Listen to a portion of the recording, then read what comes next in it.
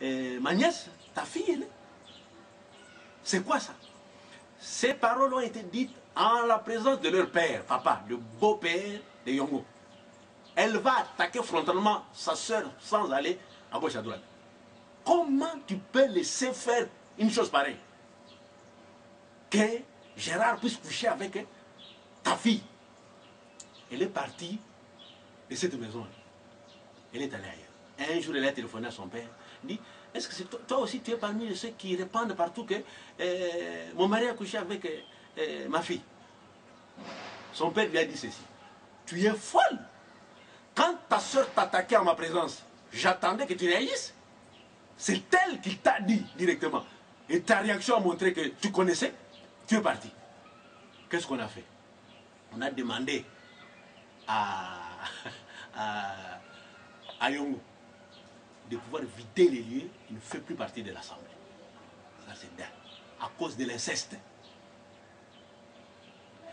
La maman de sa femme qui était à Brazza pendant que les faits se passaient.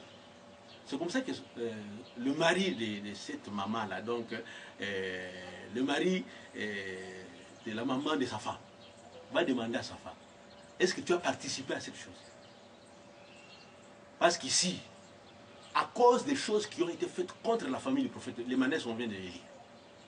À cause de ce qui s'est fait, tous ces éléments lui ont été donnés. Ces messages anonymes.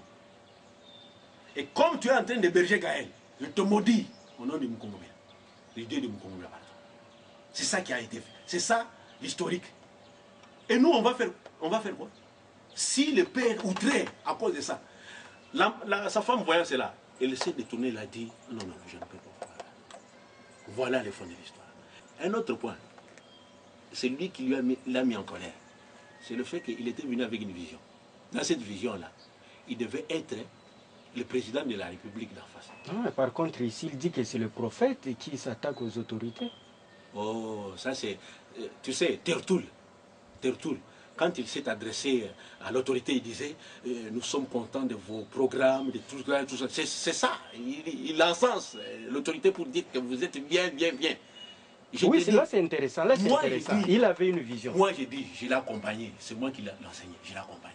Nous sommes allés voir des colonels, des balafrés comme ça, qui ont des incisions ici. Il m'a dit ce sont des batékés.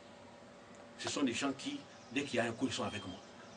Je l'ai exhorté, j'ai dit, nous sommes venus prier pour la paix ici.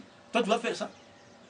D'ailleurs, il disait qu'on l'appelait les Katangais. Moi, est-ce qu'il y a les Katangais là à Brazzaville?